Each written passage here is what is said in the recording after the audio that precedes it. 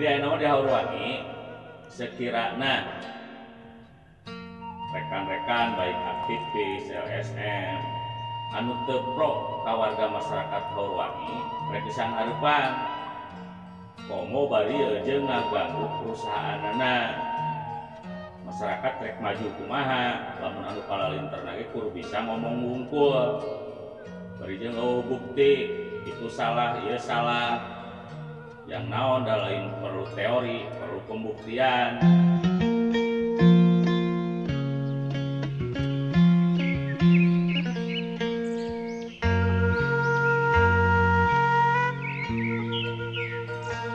Neangan jalan ka sorga, ngabulungbungna jalan kahirupan, teu salilana lempeng, kadang pungkal pengkol dina kaayaan mapai kahadean jeung kasalahan. Nu mere tanda ayana pilihan keur makhluk nu aya di alam dunia.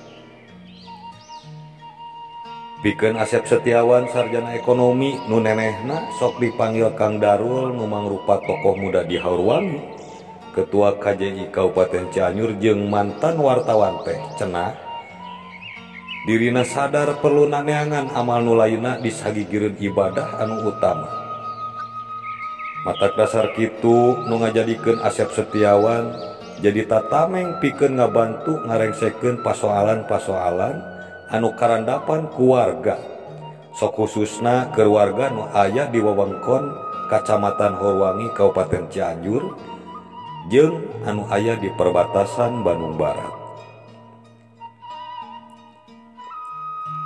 Mangrupa panggilan jiwa sok komo geus meujeuh keur diri kuring manjangkeun silaturahmi.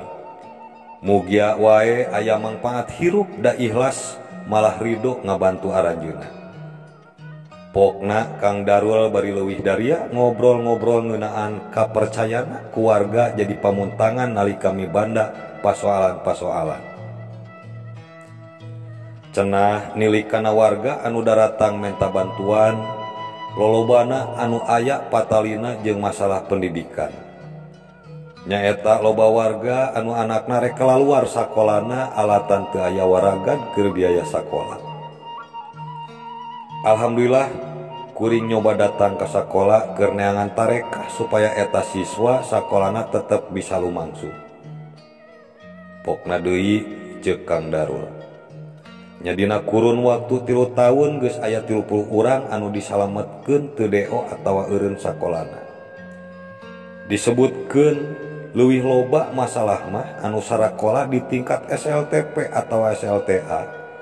Sabab dina tingkatan eta anu lobana muncul pasoalan. Asep Setiawan terus ngawal malah terus ngilu mere cukang lantaran raketna komunikasi antara orang tua jeung pihak sekolah. Ditambahkeun oge nu datang lain wae minta tulung soal pendidikan, tapi masalah hukum aya nu menta solusi keur ngarengsekeunana. Najan teu ieuh meunang buruh, tapi ngarasa bagja jeung bersyukur geus bisa merengan warga leutik.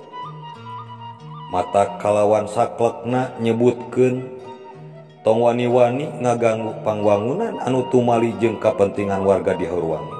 Pon kitu deui teu perlu kritik kana hiji hal lamun seug kirana teu mere solusi kana eta pasoalan, boh pajabat atawa pihak-pihak lainna.